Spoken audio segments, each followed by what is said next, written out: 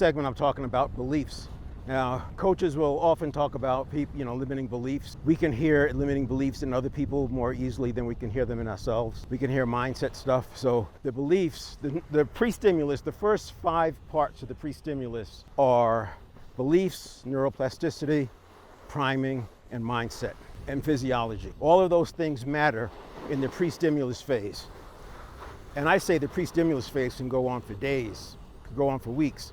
This is why, you look at things like military training, getaways, retreats, conferences. They're priming you by keeping you in that setting for an extended period. And they're working on the beliefs, they're working on the neuroplasticity, they're working on priming, and of course, mindset. I went through ranger training more than 40 years ago, and neuroscience wasn't anywhere near where it is today in terms of understanding this kind of content. But yet, if you look at the structures of special ops training in the military and the armed forces, it leverages exactly what we're talking about. That's because the philosophers generally had it right with respect to the subconscious and deep practice and all those things, but they weren't able to explain it from a physiological standpoint. So it was always this mind, this mysterious thing, this mind.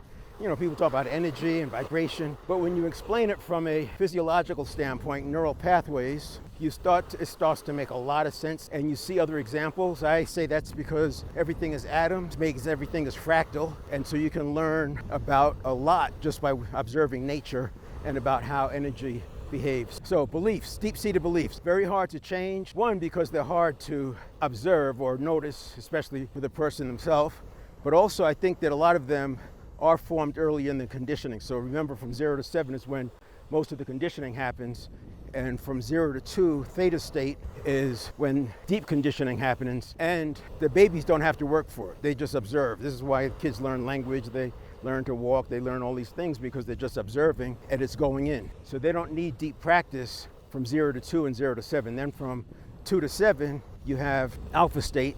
Same thing, it's just a download, they don't have to work for it, which makes it easy for them to learn. But this is also where the beliefs get set. And it makes sense, again, from a hunter-gatherer standpoint, because once I figure out that tigers are dangerous, that's a good belief to have. I'm not going to question it. Why question that belief? In modern terms, you burn your hand when you put it on the stove.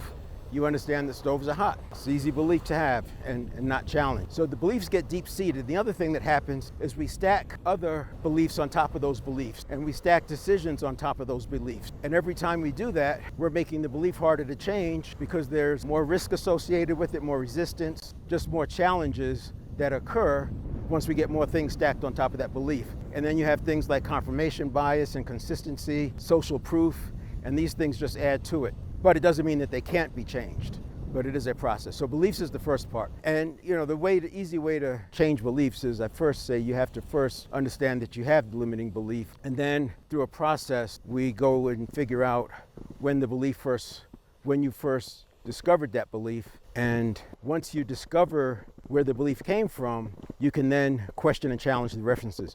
Very difficult to challenge a belief because it falls into like a stimulus response cycle. And the stimulus response cycle has been running for years and years. And so it's automatically predisposed to just validate the belief or validate your why or whatever. But when we do this exercise, I call it the movie theater exercise, you can then discover when you first uncovered that belief. And usually it's very early. It's in the 0 to 7 time frame. And then you can look at what the references were for that particular belief, and you can challenge the references. So challenging references is a lot easier to do than challenging the belief itself. Once you understand the references and you realize that they're not valid, they may not even have been valid from 0 to 7, but they're easily not valid perhaps in your current time and in your current role and given your purpose and vision. By the way, there's this, it's unrelated, but there's this thing that says you are what you were when you were 10. And it's very similar to the data that says our values were set by the time we were age 10. So you can see a lot of clues from that. And again, it's after the 0 to 7, that conditioning gets locked in, hence the you are what you were when you were 10. But you can change it. And it's once you change it, it does take some work to maintain it, but it's not what you would think. Here's the issue. Neurons that fire together wire together. and we have 100 billion neurons. 100 billion of anything, a billion of anything is a lot. It's hard to get your head wrapped around what a billion is. So I do this little game. I say, if you had to spend $1,000 a day, how long would it take you to spend $1 billion? Can't invest it, can't do anything. All you can do is spend it, $1,000 every single day, and then think about how long it would take you to get bored spending $1,000 a day. Most people don't realize how long it would take. So just come up with a number, how long you think it'll be.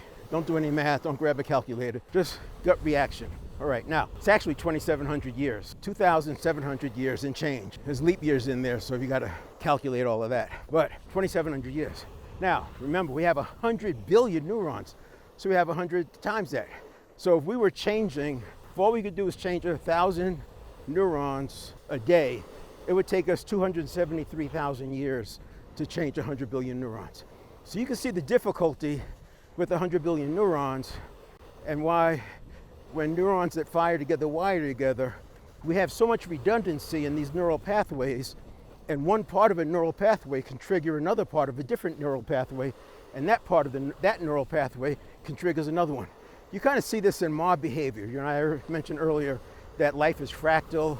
You can see it in mob behavior the same way a mob could be calm, and then one little thing happens, and next thing you know, you get some people doing a little bit of this, a little bit of that. Next thing you know, something else is going on, and something else is going on, and it's turned into a violent riot, and it's very predictable. So we change the beliefs by understanding, and this is where coaches come in, but you can do it on your own as well. I have a self-coaching program. But once you understand where the belief came from, and then you can also challenge the references and let that belief fall. So you're not suppressing the belief, you're not changing the belief, you're allowing the belief to fall because you have taken away the references, has nothing to stand on. It helps to have purpose and passion because now you have context for why you're going to go through the pain of letting that belief go, because there's going to be some inconveniences.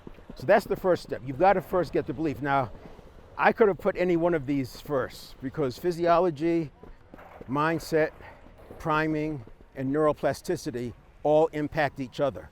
You could argue which one comes first, but having gone through the exercise and talking with neuroscientists about it, I've landed that beliefs make sense to start with first because it's the one that can be the most pervasive, and we don't have a lot of beliefs compared to neural pathways. So you start small with the beliefs, and once you change them, so for example, you could have a belief that people can't change. If that belief is not altered or challenged, you can't do the rest of this stuff. It won't work because you'll keep bouncing into that belief. Now, I would say it's very difficult to change someone else, but changing yourself is doable. And again, there's a process. So the next thing we'll talk about is neuroplasticity, and that's a big part of how habits change, how habits form, and why we are who we are. That's why the 0 to 7 conditioning has lasted as long as it is. We'll talk about myelin, we'll talk about synaptogenesis, and we'll talk about deep practice and how those things come together so that the brain you're born with does not have to be the brain that you die with, and you're in charge of that. We'll leave it there.